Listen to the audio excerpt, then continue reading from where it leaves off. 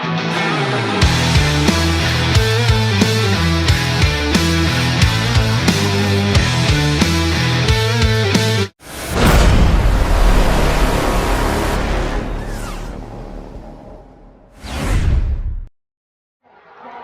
from the Jerome Sottenstein Center on the campus of The Ohio State University.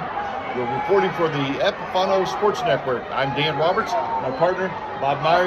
We're here to report on the 5 individuals from the Fayette County area who participated in this year's state wrestling tournament. Bob, tough day, tough start for the Washington Blue Lions. Yeah, it was. They both got, all 3 of the kids, the 2 boy wrestlers and girl, all made it to this round, but did not fare well, and that's not unusual. The competition gets stiffer the further you go.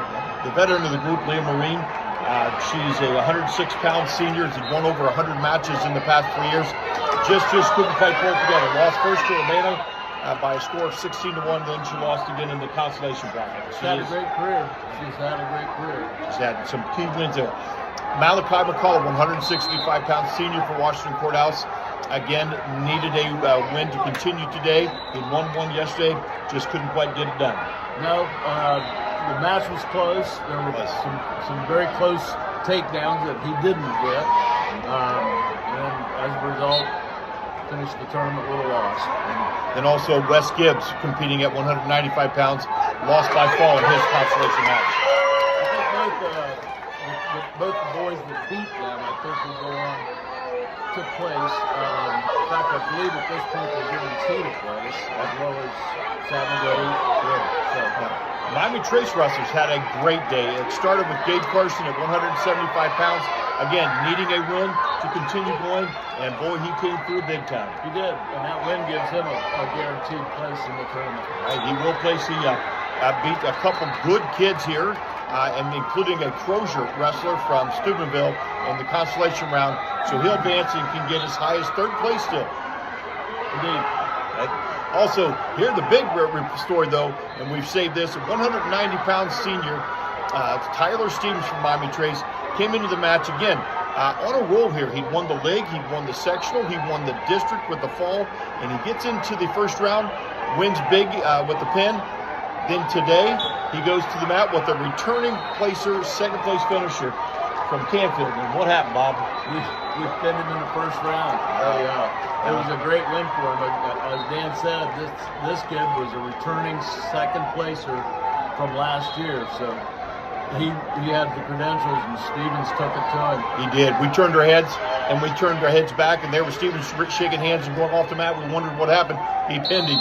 Stevens has a match coming up tonight in the semifinals, Bob. Rod Owens, returning state champion from Kettering-Alton. But Stevens doesn't seem to be intimidated by the credentials that his opponents have had. He goes after them. It's fun to watch. Owens is already a college signee who's going to play football at Youngstown State University, not wrestle. So it'll be a great match between Tyler Stevens and Miami Trace, returning state champion Rod Owens, in tonight's semifinals. Last thing on this, Bob, semifinals. The teams' races are still very much up for grabs. Very much. All three divisions. It started to separate some, but it's still very dependent upon what the team do in the semis, because that's where the big team points are going to come from. We'll give you another report later, but after the semifinals have occurred, and see how Tyler Stevens has done, and Carson, Gabriel Carson, our sophomore wrestler, and then of course we'll update you with the state. Reporting again from the Sottenstein Center, Bob Mowrey and Dan Roberts.